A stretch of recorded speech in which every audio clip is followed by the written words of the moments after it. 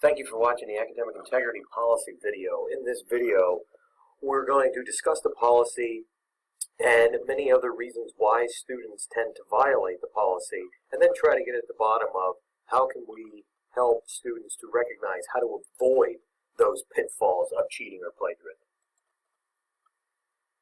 If we see this very important question here, why students cheat or plagiarize, the answer to this question obviously varies a lot of the time, but most of the time you can break it down to a couple specific reasons. So if we see here, my deadline is coming due.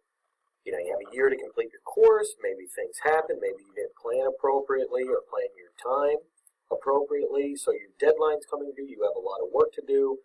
So a lot of the times you'll see students begin to copy and paste and use other students' work.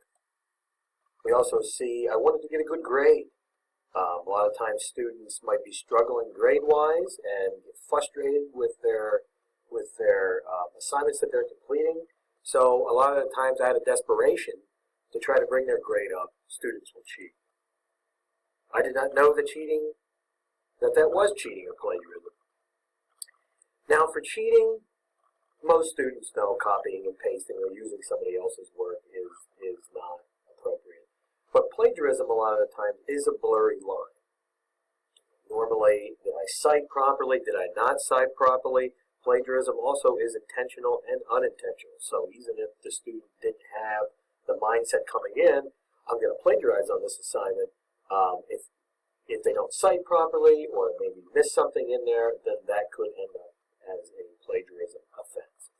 And also another thing with cheating, going back to copying and pasting, like I said, most students know copying and pasting is against the rules. Now, when we talk internationally, depending on culture, some cultures tend to almost encourage that as part of their learning process.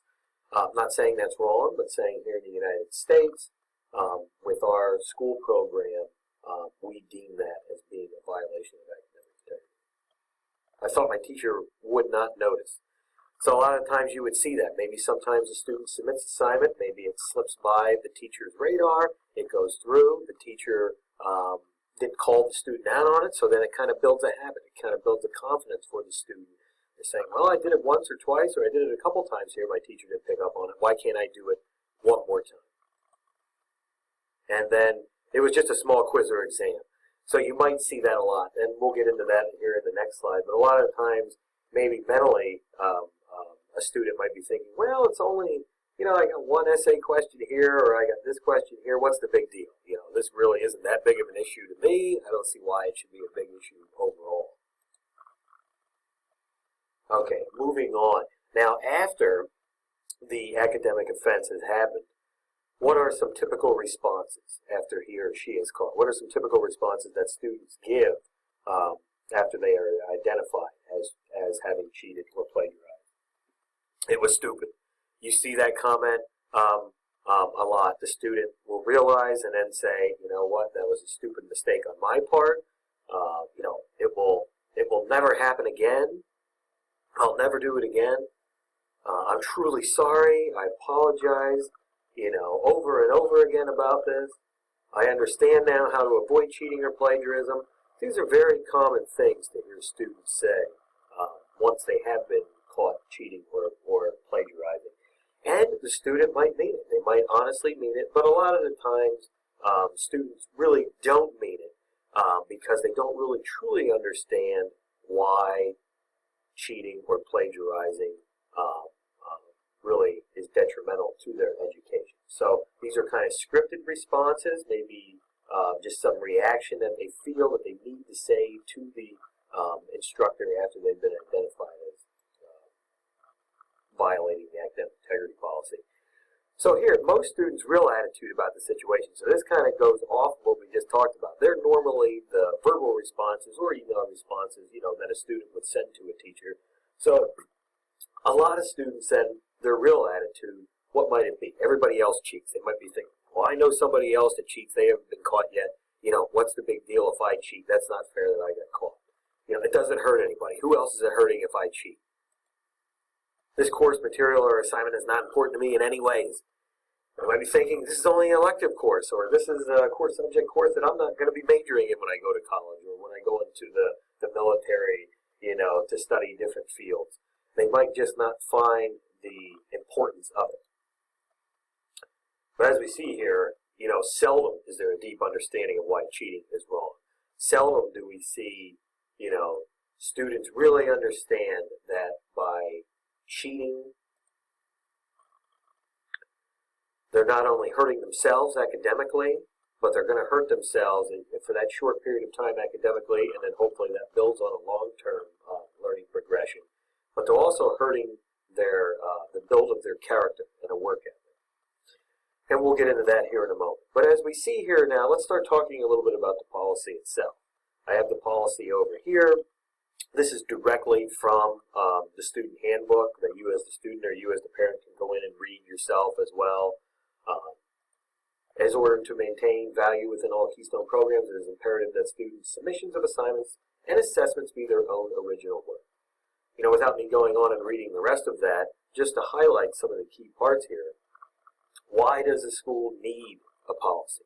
Why does the school need it? The policy right there begins to get into it, and as you read further, you'll get more into the specifics. But let me just highlight a couple key ones right out in the open to make them really exemplify themselves here. The school needs to maintain reputability to hold credibility of the diploma.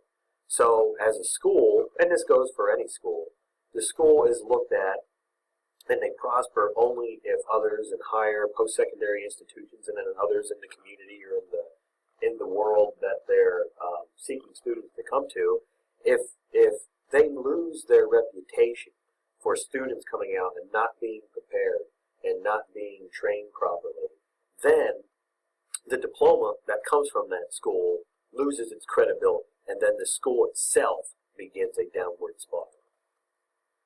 Unfair to honest students, another main reason why it is. It's unfair to honest students. So students that are, sitting there for hours upon hours, doing the work correctly, doing the extras to figure out how to avoid plagiarism, how to not cheat, how do I do this? It's not fair to those students that really earn the grade, and then you would have other students that cheat or plagiarize on purpose or not intentionally, but then they're receiving grades if they don't get identified to their teacher. Then they're receiving grades the same as the student that did it honestly.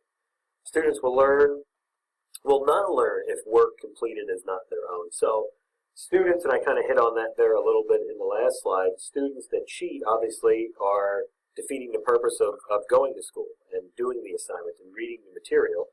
Obviously, if it's not your own work, you're submitting it, you didn't put the thought process in, you didn't go through the actual research process, whatever the assignment might have called for. So therefore, the takeaway, the academic, the intellectual takeaway from that activity was not had.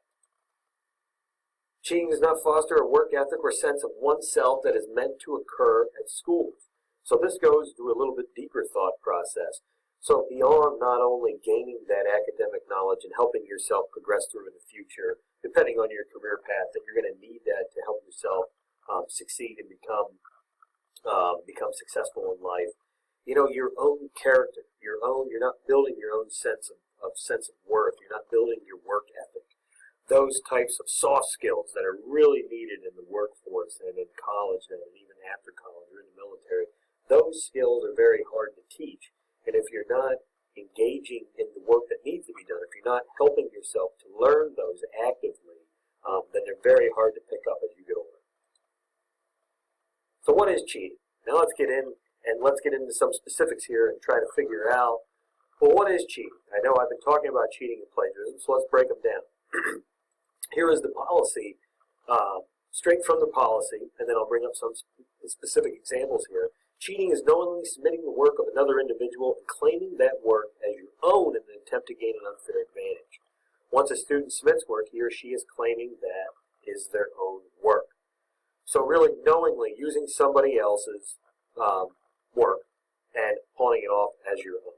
Or this also goes into you completed your own work and then you gave it to somebody else and aided in them cheating. So a lot of times that gets looked over, trying to help another trying to help another classmate out, giving them your work, well, you would be implicated and brought into that just as the student that you use your work did. Let's look at some other specific examples. Copying answers that were shared by other students either in person or online. Use of translation programs or tools in world language courses. Now, using translation tools in the manner of copying for full sentences and translating full sentences. The use of a translation tool is useful if you're using it as a dictionary for one word, because you could use a handheld dictionary in an English language class, but it really comes when you start translating phrases and sentences and paragraphs, which is a lot of the times where students run into trouble with this. Copying course feedback from Keystone. That comes when the course feedback comes within a quiz or within an exam. A lot of times students will share those exams back and forth. Teachers are well versed at what those correct answers are that are automatically generated from Blackboard. And then a lot of times students will take that from the other student and then copy it into their own quiz when they go and take it. Well, as you can see, that would be a form of cheating. Collaboration between two or more students, which results in submitting of identical answers, which is what I was talking about earlier. Two students completing the same assignment and then submitting that work, or one student completing it and then giving it to the other student so they can submit it. Any other forms of copying answers from any other person or source. So cheating really overall is for the most part, is taking the large majority of your assignment. It might not be the whole entire assignment, but the large majority of that assignment and pawning it off as yours, either from another student or from another source, and copying and pasting that in there and using that for a grade. So what is plagiarism? Let's look at plagiarism now, because really cheating and plagiarism, after I go through the definitions here of plagiarism and some examples, you'll see sometimes there's a gray line. Sometimes they could be both, cheating and plagiarism. And depending on different schools, some schools count them as both as well. And as you'll see here, we really count them as both here at Keystone. We really just wanted to break them down to show the difference, because a lot of the times it's within the word itself that can kind of throw a person off if they did really plagiarize unintentionally, and then they're being called a cheater.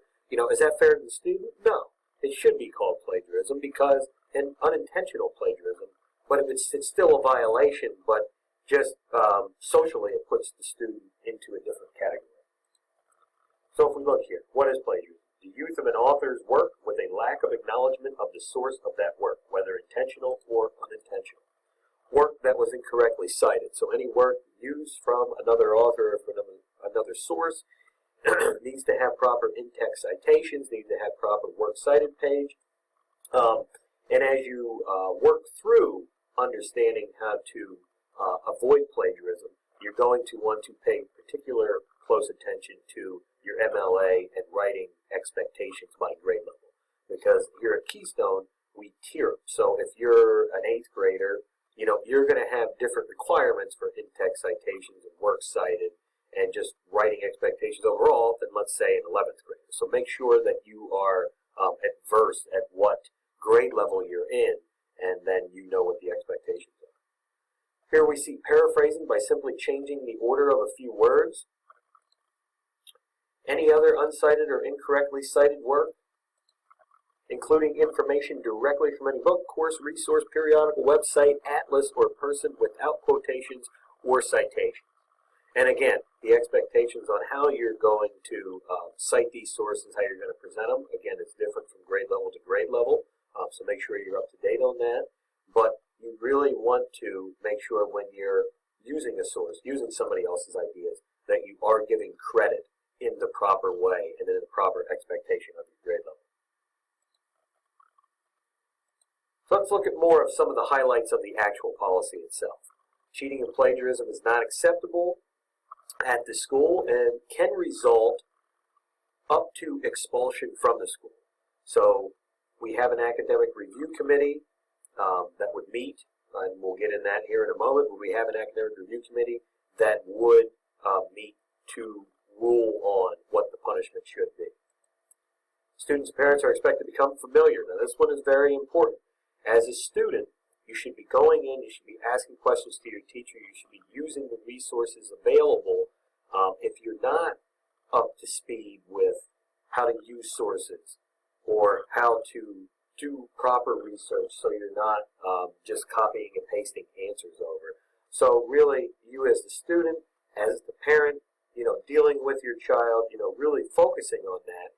And where help is needed, reach out to your teacher, because that's what the teacher's there for. They can come in and they can provide instruction on how to do that. Once the violation grade has been awarded, students and parents have 30 days to dispute the decision. Just like with the grade dispute policy, if a student is identified to have cheated or plagiarized, violated the academic integrity policy, from that date that the communication is had, there's 30 days from that date if you want to contest it. Now, just like with the grade dispute policy, you first have to contest it in the informal way with the teacher, discussing it with the teacher, expressing your concerns that you do not feel that you cheated or plagiarized. And then if no agreement can be made there, if the teacher is saying, I really do believe that you did this, then you can move to the formal part of the grade dispute policy, which you'll be able to find in the student handbook. So the Keystone School maintained records, so anytime there is a documented academic integrity violation, that is kept in the student's file. If a student receives a 0 for a course, which could be a possible punishment depending on the severity of the infractions when it reaches the Academic Review Committee, it could be ruled that a student would fail that particular course. And if that is the case, then that would show up on the transcript that the student would get. Academic violations can affect students' college acceptance. If you look here at this one, many times colleges, students applying to colleges, those colleges want letters of reference. They want to do some research on the students that they're bringing into their universities and institutions. So they would reach out to the student prior to high school and ask about integrity, ask about honesty. Well, as stated in the first bullet, those academic integrity offenses are kept on file. So the staff member that would speak with the college or institution official would have to discuss that. So let's look at the actual process. So we talked about what is cheating, what is plagiarism, and those two combined, what is the academic integrity, what is an academic integrity offense. And we looked at the policy, some of the highlights of the policy overall, what it means. But now let's actually look at it, from, let's say, your first offense all the way up to your third offense, if it would occur that way. So if you see here your first offense, 0 point would be awarded for an item. So meaning if you would, this is mainly concerning quizzes or exams, so if you would take a quiz or an exam and you would be identified as violated the policy, then you would not receive a 0 for the whole entire quiz or whole entire exam. You would just receive a 0 for those particular questions. Same thing go for worksheets, anything like that that you would submit in. Now, if it's an actual paper, a writing paper, then that would still receive a 0, depending on how much of the paper was identified to have been violated. Student and parent will receive an email from teacher requesting a date and time to discuss the offense over the phone and provide instruction on how to avoid this on future assignments. So once it is identified by the teacher will make sure they have their evidence, and then they'll reach out to both you as the student or you as the parent saying that I want to set up a time, there's an issue, I want to discuss the issue. So then hopefully a time will be set up within 3 days, because within 3 days that's really the deadline that the teacher will wait. So if you contact the teacher within 3 days, then the phone call will be set up, and then the teacher will be able to explain verbally why this is an academic integrity offense. They'll be able to go over the evidence, and then the teacher will also be able to go into how to avoid it. They'll be able to discuss right with the student. So that way, hopefully, it turns into a learning experience, and then in the future, it doesn't happen again. If a reply is not made to set up the phone call within 3 days, then the teacher will just send a detailed email to the student and the parent, really just outlining what they would have said on the phone, explaining why it is an offense, what the evidence is, and what happens from there. Depending on the rate of the student's submission or where the student is currently at, there's a couple factors that take into place, but especially if the student is submitting a lot, within those 3 days of waiting, and a lot of those have been identified as being academic integrity violations, the course may be put on hold just to stop it, just so there would be a phone conversation to hopefully help the student understand what they're doing incorrectly so they can move forward. If we see here now, after the first offense, then obviously the next occurrence would be the second offense. Now in this second offense, a key thing to identify here is, differentiate between the first and the second is, you see in the first bullet here for the second offense, 0 points for the assignment assessment. So not like the first offense where if it's a quiz or an exam, zeros would be just for those questions. The second offense, it would be a 0 for the whole entire quiz, a 0 for the whole entire exam. Like I said, the writing assignments or projects, depending on how much of it plagiarized, that kind of varies from the first offense, whether the whole assignment will receive a 0, but in the second offense, it's a complete 0 for the whole entire assignment, with no looking into what else was completed in there. Once it's identified, that assignment or that quiz or exam will receive a 0.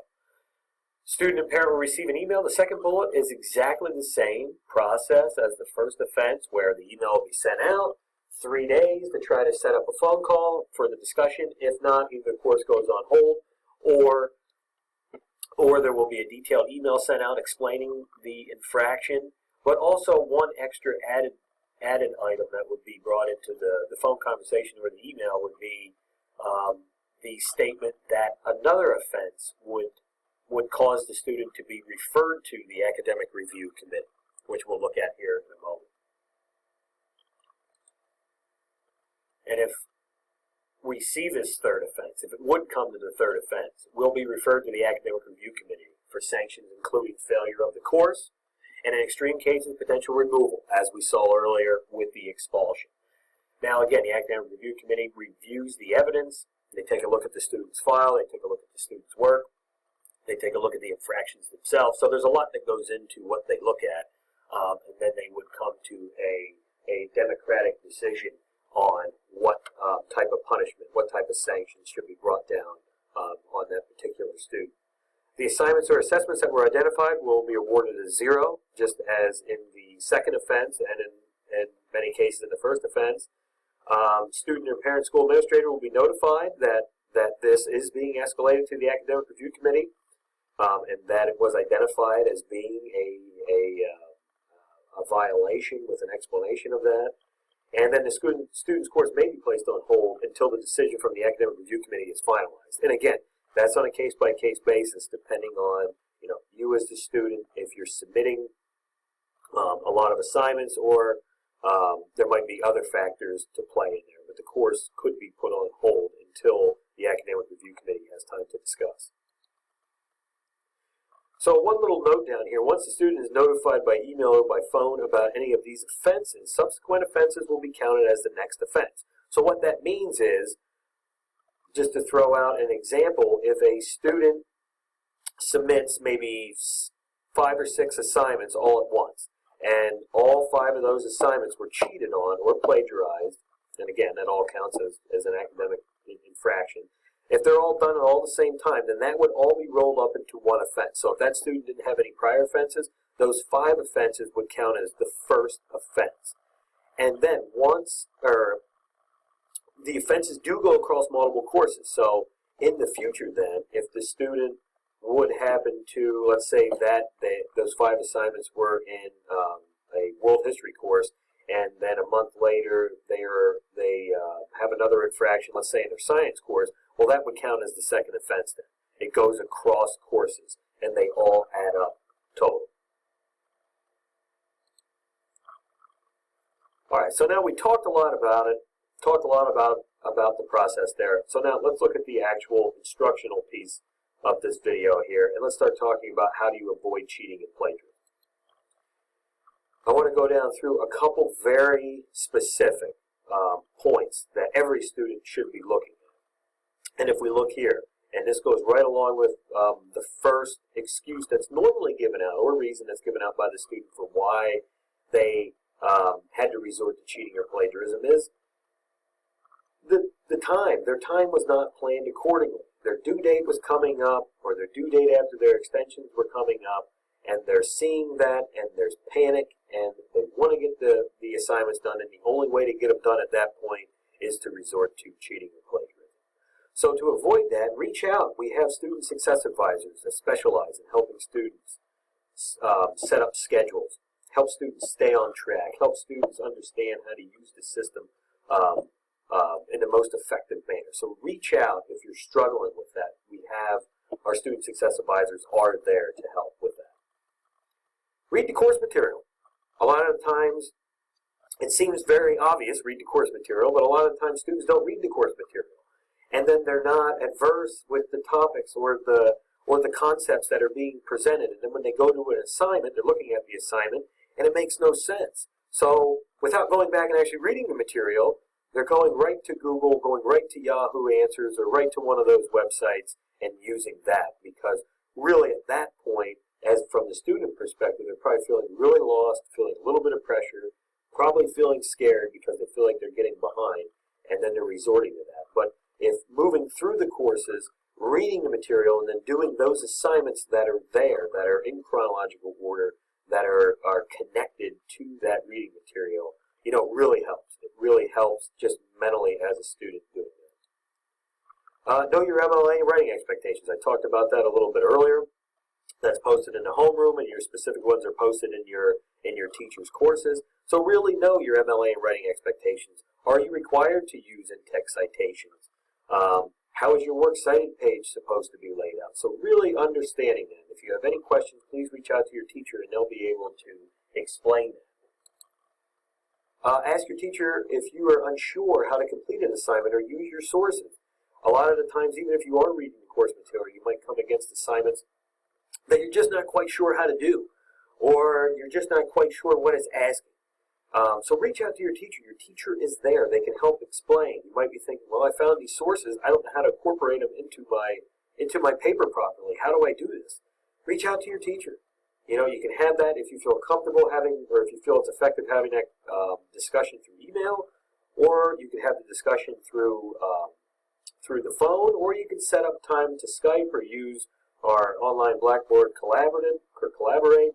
You can set up that so you can screen share and you can see how the teacher actually does it. You can visually see it. That's going to make you feel a lot more confident in moving forward. Use Turnitin.com. Turnitin.com is a program that is offered to every student. So in your classroom, it's found in your teacher's office. If you go in there, the teachers use it to detect plagiarism and cheating from students, but we also offer it to the students to use it to check your paper before you go on. So as a student, if you're using that, you should feel very confident before you submit your paper in that, I feel good, I don't have any plagiarism in here, I'm trying to check for it, because one thing, again, to remember, and I talked about it a little bit earlier, even unintentional plagiarism is still plagiarism, and it will be an offense. Summarize. Now let's get into some actual strategies. Summarize. When you're using your sources, read over them, use the strategy of summarizing. Paraphrasing. Paraphrasing, very similar to summarizing, but paraphrasing. When you're using sources, you can paraphrase from your author and then use your in-text citation if it's required, depending on what grade level you're in. Use your in-text citation then after. The meal paragraph strategy. Very good paragraph strategy to use that shows how to insert your source material that you researched and wanted to use in your paper.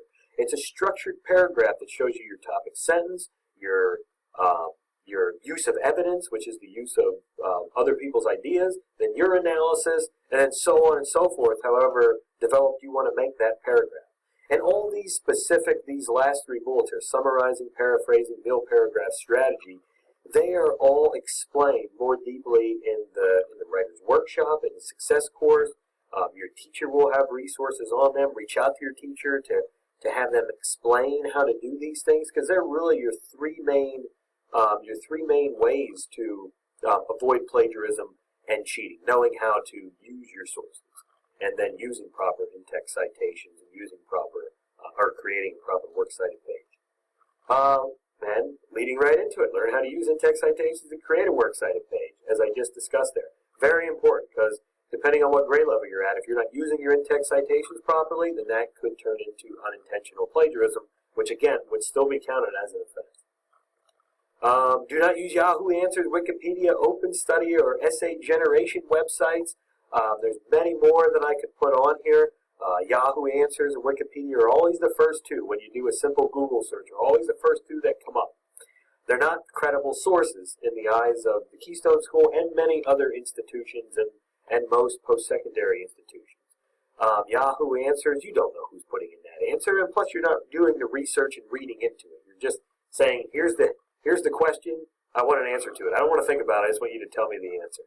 Wikipedia, now you can use that as a good starting point to maybe get some ideas, get some information, but you don't want to read into it too much, and you don't want to use it as a solid source to use, just for the main fact is we can't verify who the authors are. And some websites you can't verify, but we can make their organization, it's a credible organization, so we know that only people in that organization can post information on their website. But Wikipedia, any person can sign on and write in any type of content that they would want to. I don't know anything about nuclear fission, but I could go onto the Wikipedia site and type in about 8 paragraphs, and then somebody will go onto that website, read that, and take it for fact. So watch out for the websites. The way to avoid this is use EBSCOhost. EBSCOhost is our online library. It includes many academic databases. You can search by your grade level. It has middle school, it has high school grade levels. It has a reading level that you can search by. And really, you go through and you type in your search, you look for your topic, you find credible articles and periodicals and newspaper articles, just different things like that that you can use for your sources. And then it also comes with already created citations that you could use in your Works Cited page. And then your learning experience is so much better because you're reading accredited material instead of going on sites such as Yahoo Answers or OpenStudy. Read and reference the writing guide and writer's workshop. The writing guide gives you very good examples of how to structure essays, about the meal paragraph strategy, about how to use in-text citations. So it's a resource that's there, so you should use it, and it ties right into what we're talking about here. The Writer's Workshop. The Writer's Workshop is made up of many useful PowerPoints that you can go through, or videos that teachers have created that talk a lot about what I just talked about here, except they go into much more detail. They go into lessons on actually how to use it. So in conclusion, hopefully, you've gained something from this, gained a better understanding of the policy, about the school's understanding of why students cheat, and hopefully there at the end you'll explore some of those tools, some of those academic actions that you can take to avoid violating the academic integrity policy. So thank you, and remember to have integrity when completing your coursework. It'll pay off.